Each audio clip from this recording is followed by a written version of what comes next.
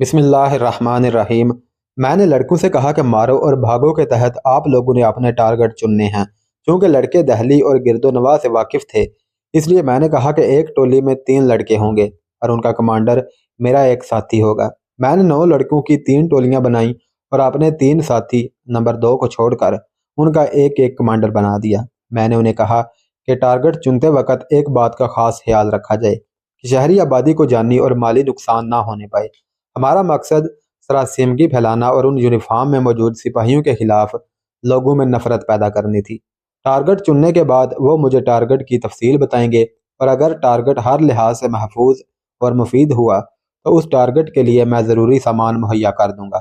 میں نے لڑکوں سے کہا کہ پرسوں صبح 9 بجے کشمیری گیٹ، گاندھی سمادھی اور لال قلعہ کے سامنے بالترتیب اے، بی اور سی گروپ پہنچ جائیں، جہاں پر میرے تینوں ساتھی انہیں ملیں گے اور ٹارگٹس کی تلاش میں ان کے ہمراہ رہیں گے۔ سب نے اس پروگرام کو پسند کیا۔ میرے ساتھی بھی اصلی فارم میں آ گئے اور اس نئے مشن کے لیے خود کو تیار کرنے لگے۔ ان ٹارگٹس کی تلاش سے ایک میرا مقصد یہ بھی تھا کہ میرے ساتھی دہلی سے اچھی طرح واقف ہو جائیں اور میں بھی ان کی حاصل کردہ معلومات پر اپنے نقشے میں نشان لگا سکوں جہاں ایسی کارروائیاں کی جا سکے۔ وہ مقام ابھی تک میری نظروں میں نہیں آئے تھے اور ان کے متعلق بھی میں جان سکوں۔ ان ٹولیوں نے تقریباً 10-12 حساس مقام تلاش کرنے تھے۔ ان حساس مقامات سے میری مراد صرف نواحی فوجی علاقے نہیں تھے بلکہ police, reserve police, navy, C B I اور ایئر فورس کے دفاتر کے علاوہ پولیس لائنز، فوجی اور آل انڈیا ریڈیو اسٹیشن بھی تھا جہاں فوج کا پہرا ہوتا تھا۔ میں نے اس بات کی تفصیلی وضاحت کر دی تھی۔ طے شدہ وقت پر میرے ساتھی مقررہ جگہ پر ملے اور اپنے ٹارگٹس کی تلاش میں دہلی اور گرد و نواح میں پھیل گئے۔ ہر شام 8 بجے میں ساتھیوں کے گھر جاتا۔ ہم نے دہلی اور گرد و نواح کے نقشے لے رکھے تھے۔ میرے ساتھی اپنے نقشوں پر نشان لگاتے اور اس علاقے کی تفصیل مجھے بتاتے اور میں اپنے نقشے پر نشان لگا کر ان سے حاصل شدہ معلومات کی روشنی میں سمری تیار کرتا۔ یوں تقریباً 10 دن میں مجھے 14 حساس مقامات کی نشاندہی ہو چکی تھی۔ تمام ٹولیاں بھرپور کارکردگی کا مظاہرہ کر رہی تھیں۔ میں نے ان 14 مقامات کی ان کی اہمیت کے حساب سے منصوبہ بندی کر لی اور 3 دن میں ان ٹولیوں کے ہمراہ ان مقامات کو دیکھنے اور جانچنے کے لیے گیا۔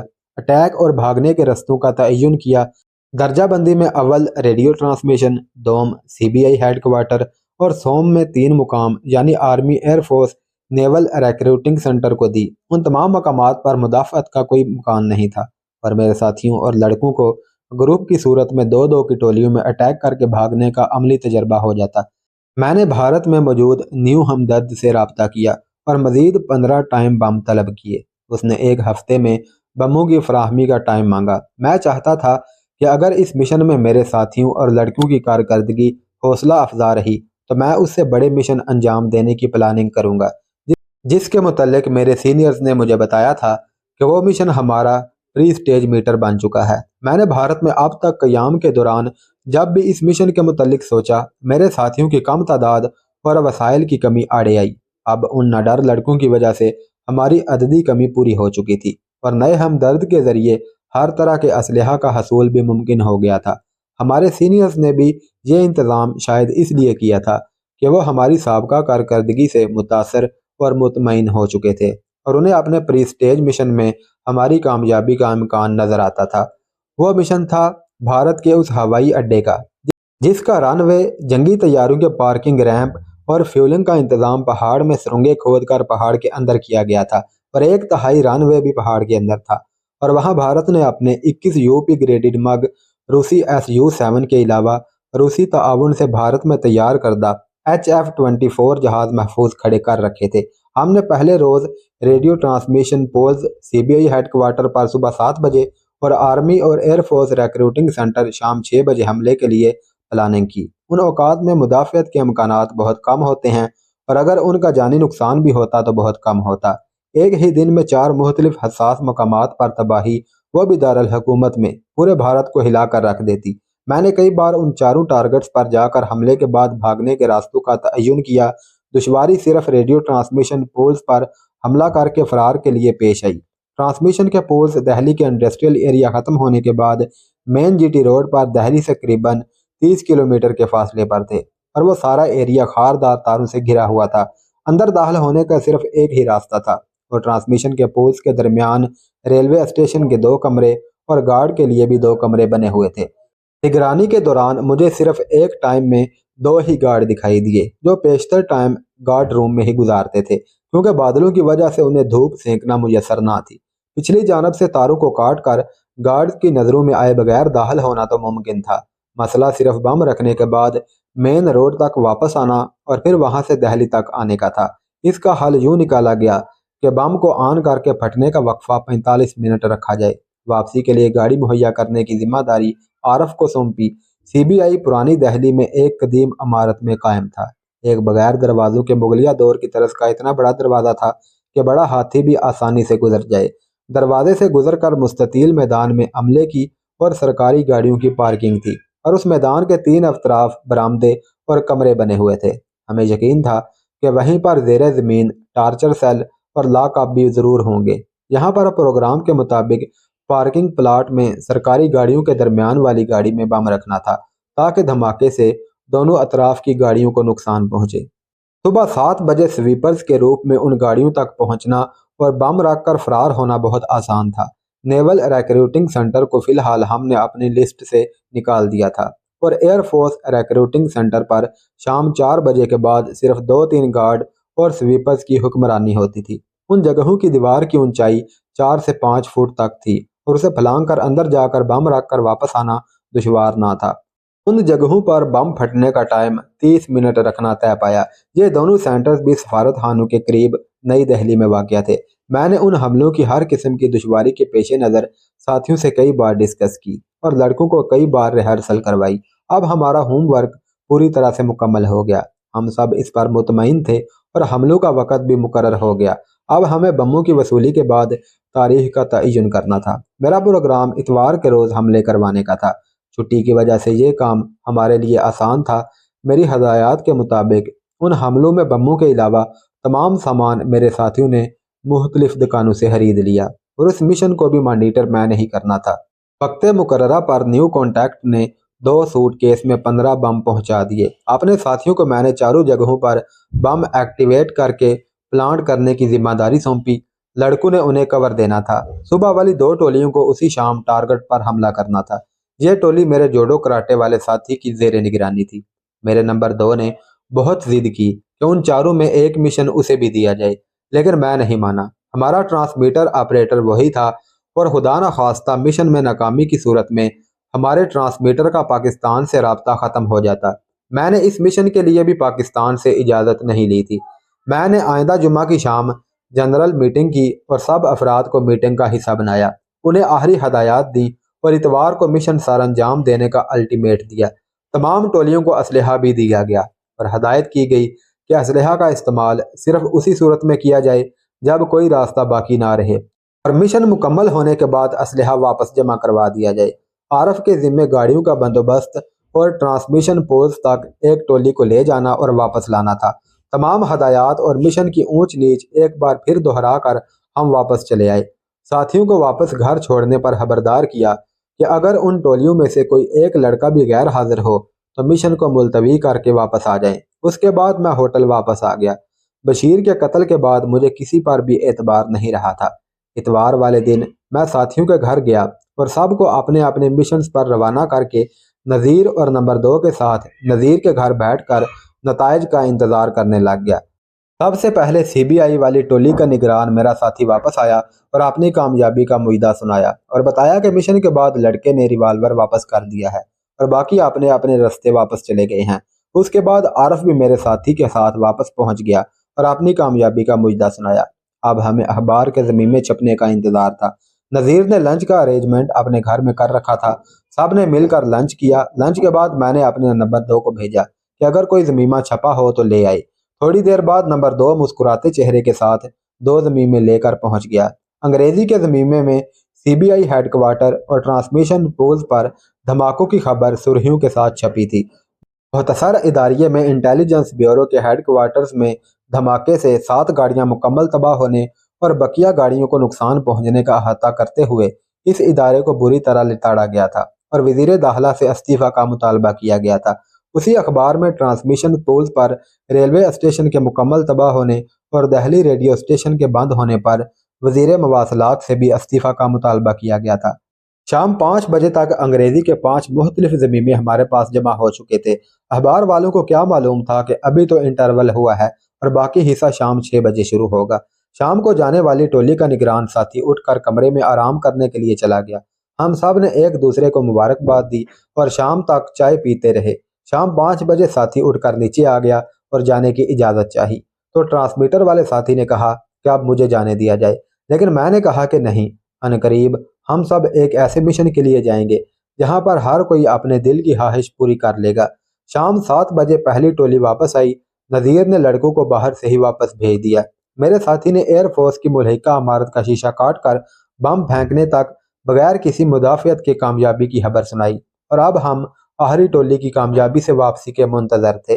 تھوڑی دیر بعد میرا ساتھی مسکراتا ہوا واپس آیا۔ آج اس کا یہ دوسرا مشن تھا۔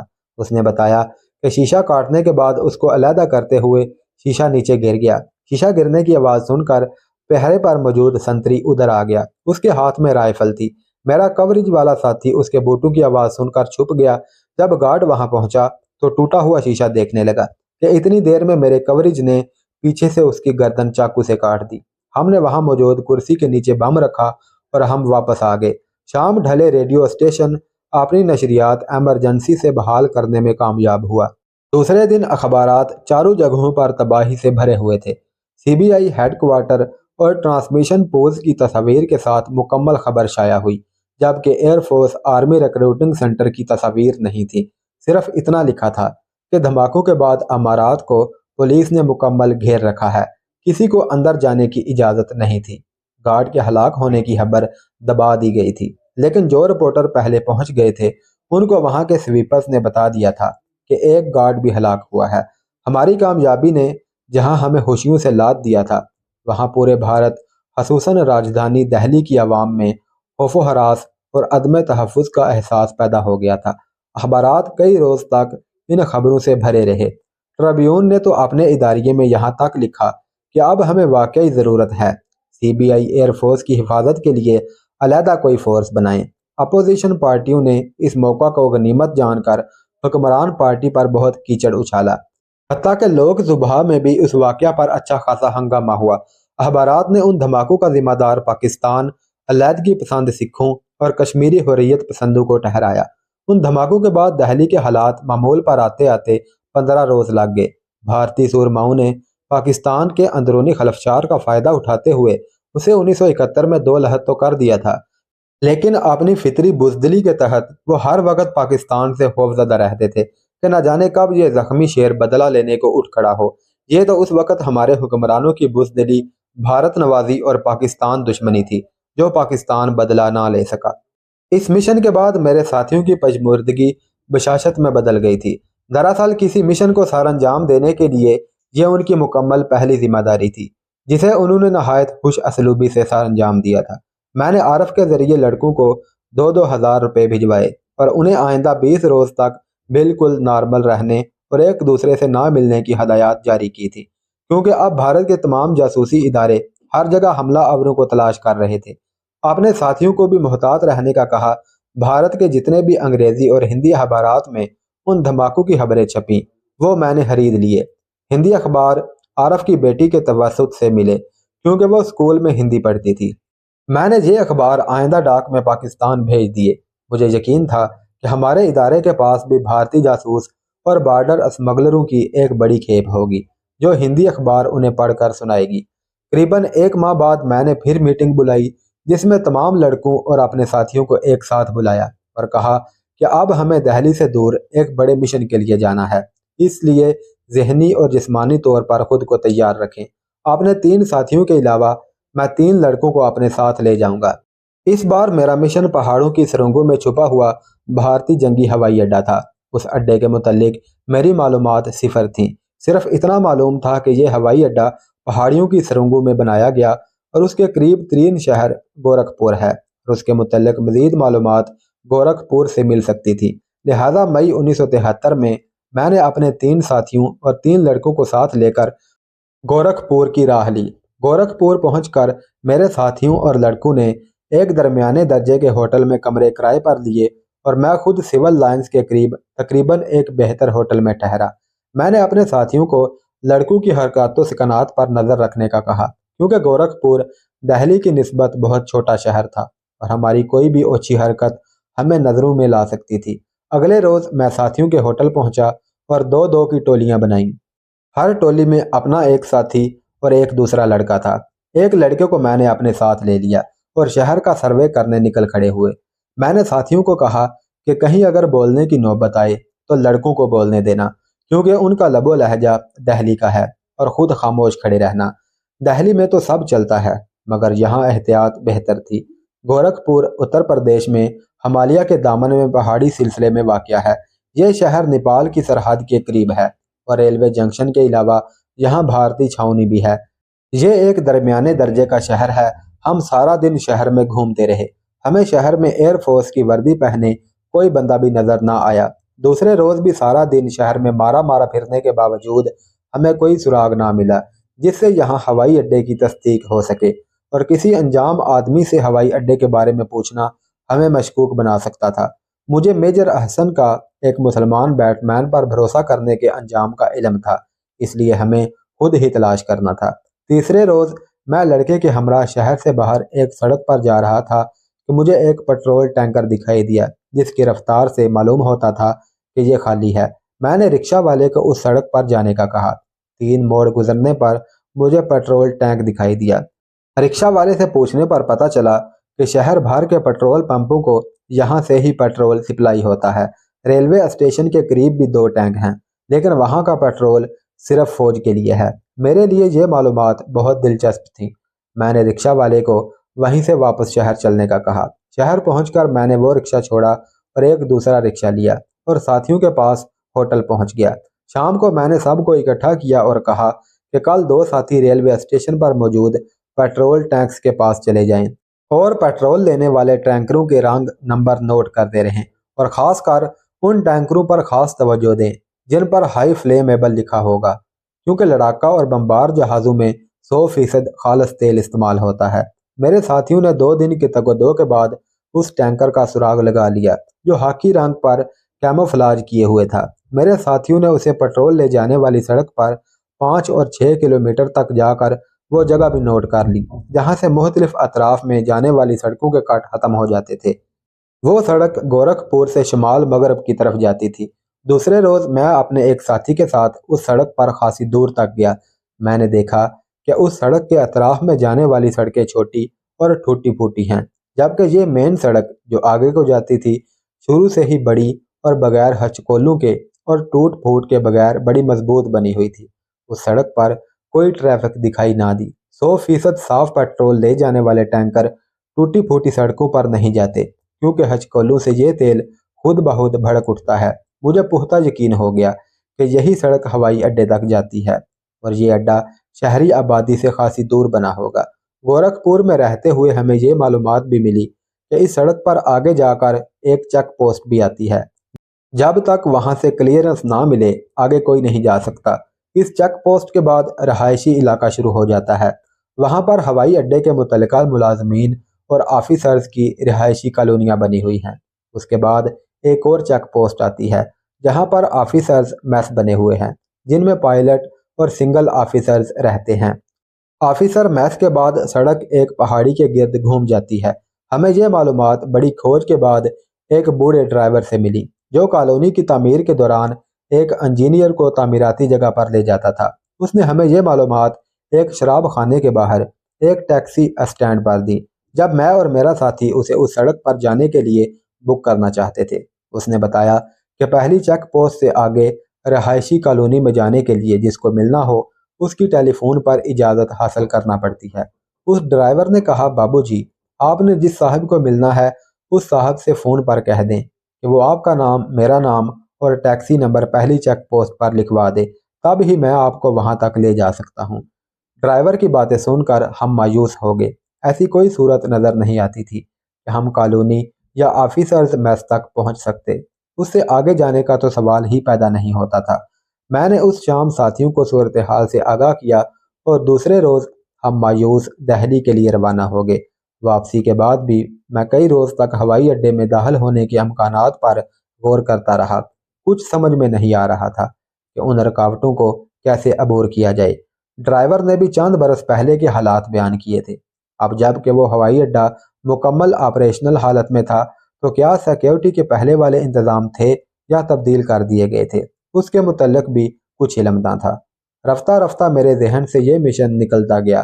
آخرکار ہم نے اس مشن کو مشن امپاسبل سمجھ کر بھلا دیا۔